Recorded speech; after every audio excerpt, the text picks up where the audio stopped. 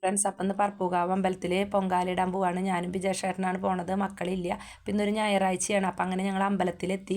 ഇതാണ് പറപ്പൂകാവ് അമ്പലം. അപ്പം അങ്ങനെ ഞങ്ങൾ ഉള്ളിലൊക്കെ കയറി തൊഴുതതിന് ശേഷം ശർക്കരയും അരിയും നാളികേരം കലമൊക്കെ അവിടെ നിന്ന് വാങ്ങിച്ചിട്ടാണ് പൊങ്കാല ഇടണത്. അപ്പം അങ്ങനെ ഞാൻ അരിയൊക്കെ കഴുകി അടുപ്പത്ത് ഇട്ടു.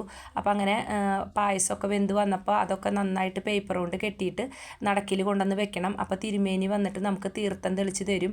അപ്പം നമ്മൾ നടക്കിൽ കൊണ്ടുവന്ന് വെച്ചതിന് ശേഷം ആ പായസം നടക്കിൽ കൊണ്ടുവന്ന് വെച്ച് കഴിഞ്ഞാൽ നമ്മൾ എന്ത് കാര്യമാണോ മനസ്സിൽ വിചാരിച്ചതെന്ന് വെച്ചാൽ അത് വിചാരിച്ച് നമ്മൾ നന്നായി പ്രാർത്ഥിക്കണം. അപ്പം അത് അടുത്ത കൊല്ലം ഈ സമയമാകുമ്പോഴേക്കും നടന്ന് കിട്ടും എന്നാണ് പറയണത്. അപ്പം ഞാനങ്ങനെ നടക്കിൽ കൊണ്ടുവന്ന് വെച്ച് നന്നായി തൊഴുത് കുറേ ചേച്ചിമാരുണ്ടായിരുന്നു.